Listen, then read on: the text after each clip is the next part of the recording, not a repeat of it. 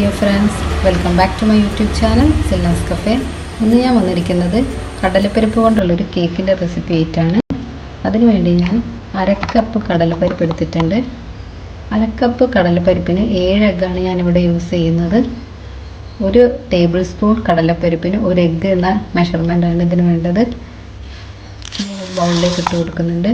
ഇത് നന്നായി വാഷ് ചെയ്ത ശേഷം ഒരു 10 മിനിറ്റ് വെള്ളമൊഴിച്ച് കുതിരാനായി വേണ്ടി വെക്കണം. സോക്ക് ചെയ്ത് വെച്ച കടലപ്പരിപ്പ് ഞാൻ വെള്ളമൊക്കെ കളഞ്ഞ് ഒരു കുക്കറിലിട്ട് മാറ്റിയിട്ടുണ്ട്. ഇതിലേക്ക് ഒരു അരക്കപ്പ് വെള്ളം കൂടി ചേർത്ത് നമുക്കൊന്ന് വേവിച്ചെടുക്കാം. അല്പം ഉപ്പും ചേർത്ത് കൊടുക്കാം. അത്യാവശ്യം നല്ല രീതിയിൽ തന്നെ ഇത് വേവിച്ചെടുക്കണം. 5-6 വിസിൽ വരുന്നവരെ വേവിച്ചെടുക്കാം. ഓരോ കുക്കറിനനുസരിച്ച് വേവ് വ്യത്യാസം ഉണ്ടാവും. കടലപ്പരിപ്പ് ഞാൻ നന്നായി വേവിച്ചെടുത്തിട്ടുണ്ട്. ഇത് നമുക്കിനി ഒരു മിക്സിയുടെ ജാറിലിട്ട് അരച്ചെടുക്കണം. നന്നായി തണുത്തതിന് ശേഷമാണ് ഞാനിത് അരച്ചെടുക്കുന്നത്. ഇതിലേക്ക് അരക്കപ്പ് പഞ്ചസാര ചേർത്ത് കൊടുക്കാം.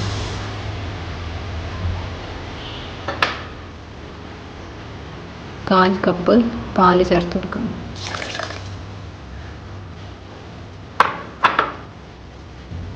അര ടീസ്പൂൺ വാനില എസൻസ് ചേർത്ത് കൊടുക്കും. ഇനി നിങ്ങൾക്ക് ഇതൊന്ന് അരച്ചെടുത്തിട്ടുണ്ട്. ഇനി കൊടുക്കണം.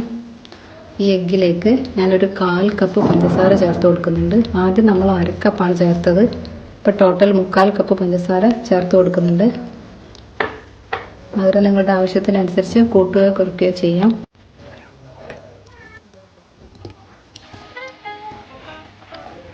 ഏലക്ക ചേർത്ത് കൊടുക്കുകയാണെങ്കിൽ വാനില എസൻസ് ചേർക്കേണ്ട ആവശ്യമില്ല. 2 ഏലക്ക ഇതിലേക്ക് ചേർത്ത് കൊടുത്താൽ മതിയാവും. നമുക്ക് നന്നായി ഒന്ന് അരച്ചെടുക്കാം. ബാറ്ററി ഞാൻ നന്നായി അടിച്ചെടുത്തിട്ടുണ്ട്. ഇത് നമുക്ക് ഇനി ചുട്ടെടുക്കണം. അതിനായി ഞാനൊരു പാൻ അടുപ്പത്ത് വെച്ചിട്ടുണ്ട്. ഇതിലേക്ക് 1 ടേബിൾ സ്പൂൺ ഗീ ചേർത്ത് കൊടുക്കാം.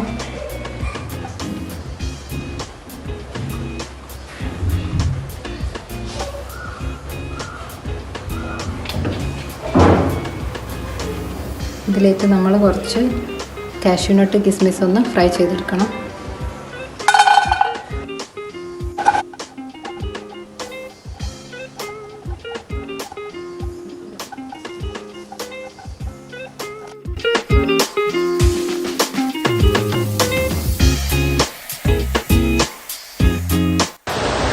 ഇനി നമുക്കിതിലേക്ക് ബാറ്റർ ഒഴിച്ചു കൊടുക്കാം.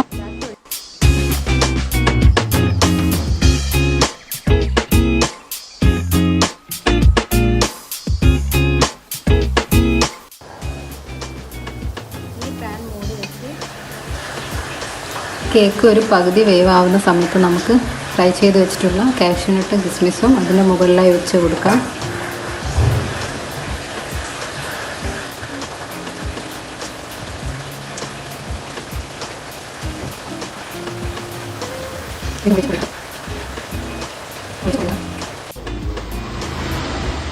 ഇപ്പം 30 മിനിറ്റ് കഴിഞ്ഞിട്ടുണ്ട്. നമുക്കൊന്ന് തുറന്ന് നോക്കാം. ഒരു സ്ക്വയറോ കത്തിയോ ഉപയോഗിച്ച് നമുക്കിതൊന്ന് കുത്തി നോക്കാം. ഇത് ക്ലീനായി വന്നിട്ടുണ്ട്. നമ്മുടെ കേക്ക് നന്നായി വെന്ത് വന്നിട്ടുണ്ട്.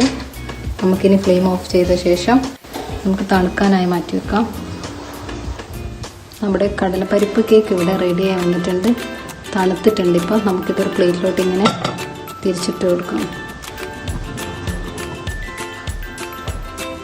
മലബാറുകാരുടെ ഒരു സ്പെഷ്യൽ ആയിട്ടുള്ള സ്നാക്കാണിത്. നമുക്കിനി ഇതൊന്ന് കട്ട് ചെയ്ത് നോക്കാം. വളരെ സോഫ്റ്റാണ്. അതുപോലെ ടേസ്റ്റിയാണ്. എല്ലാവരും ട്രൈ ചെയ്ത് നോക്കണം. കേക്കായി കഴിക്കണം.